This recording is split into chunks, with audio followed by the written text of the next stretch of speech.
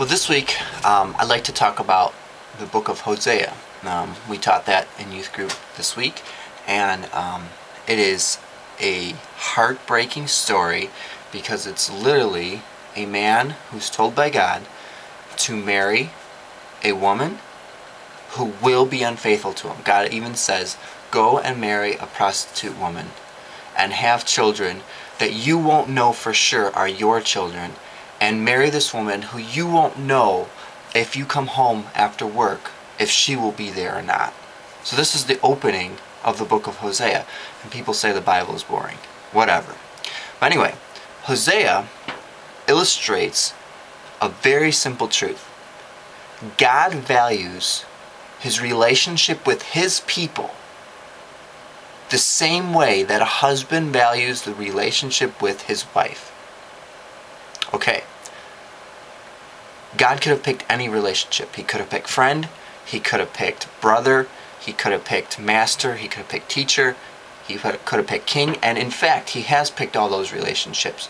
But when he wanted to illustrate his relationship with his wife, with his people, he chose the relationship of a husband and a wife.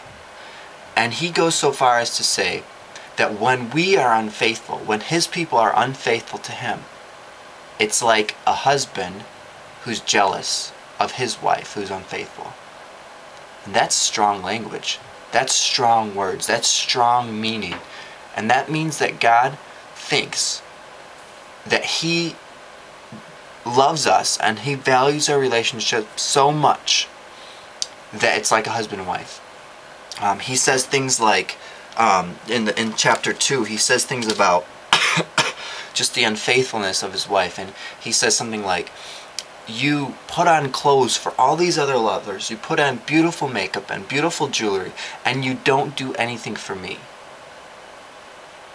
That is the relationship. It's like he wants us to love him alone and no one else.